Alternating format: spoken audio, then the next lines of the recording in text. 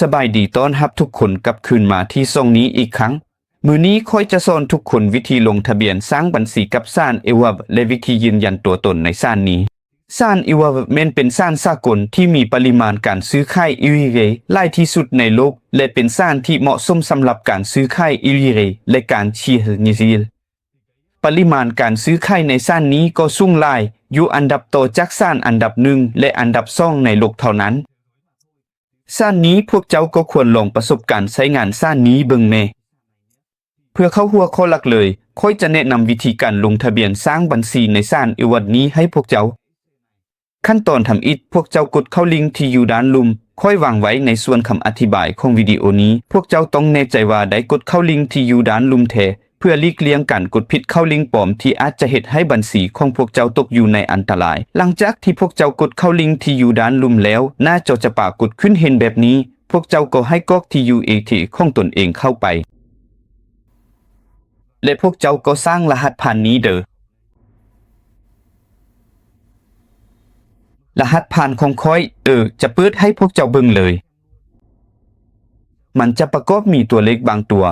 อักษรใหญ่1ตัวและตัวเล็กอีกบางตัวและในส่วนของรหัสแนะนำนี้พวกเจ้าก็ให้กรอกรหัสแนะนำของค่อยเข้าไปเพื่อจะได้ลดค่าธรรมเนียมการเฮ็ดธุรกรรมลงซาด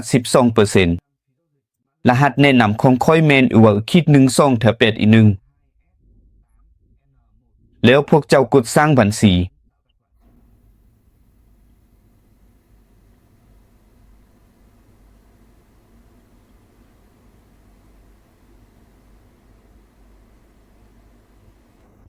โอเคตอนนี้เว็บไซต์จะส่งรหัส6หลักให้พวกเจ้าเข้าไปกดที่อีเมลกัดรหัส6หลักนี้ออกมาแล้วนำมาวางอยู่นี้แม่นแล้ว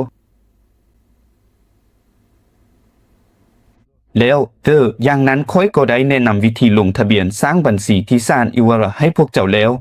ตอนนี้มาถึงขั้นตอนยืนยันตัวตนพวกเจ้าควรยืนยันตัวตนผ่านมือถือ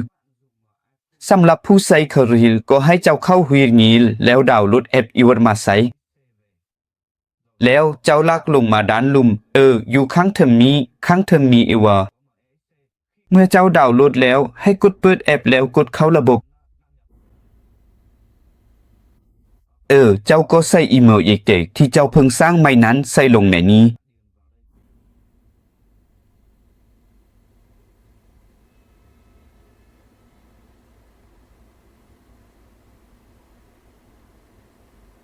แล้วให้กดถัดไป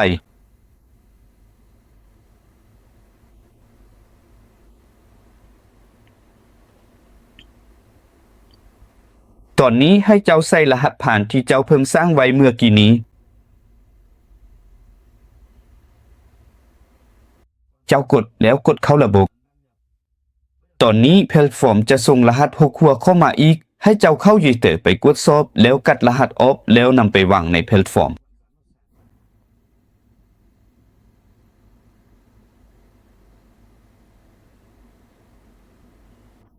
แล้ว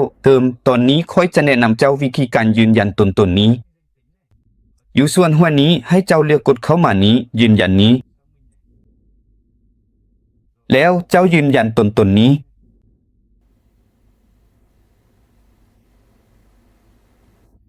เจ้าต้องเลือกประเทศที่เจ้ากำลังอาศัยอยู่นำเด้อค่อยอยู่ประเทศเวียดนามค่อยจะเลือกประเทศเวียดนามส่วนข้างถึงนี้เจ้าควรเลือกอันทำอิฐแม่นใช้บัตรประจำตัวประชาชนเป็นวิธีที่ปลอดภัยและมีประสิทธิภาพที่สุดเจ้าเลือกอันทำอิฐนี้เจ้ากดถัดไป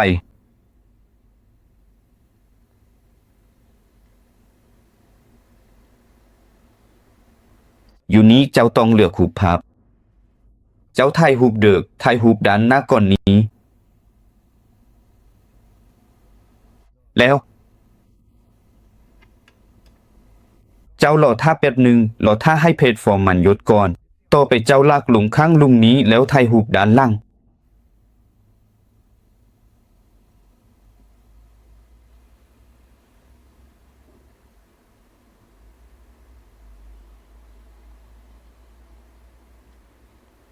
แล้วเจ้ากดถัดไป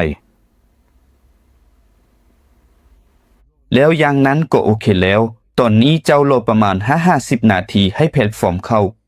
ยืนยันว่าเฮาเป็นคนจริงแม่นแล้วโอเคและเจ้าเฮ็ดตามที่ค่อยเฮ็ดนี้ 100% จะผ่านแน่นอน และขออวยพรให้ทุกคนประสบความสำเร็จในสายทางการลงทุนอยู่แพลตฟอร์มอีวักแห่งนี้นำเด้อ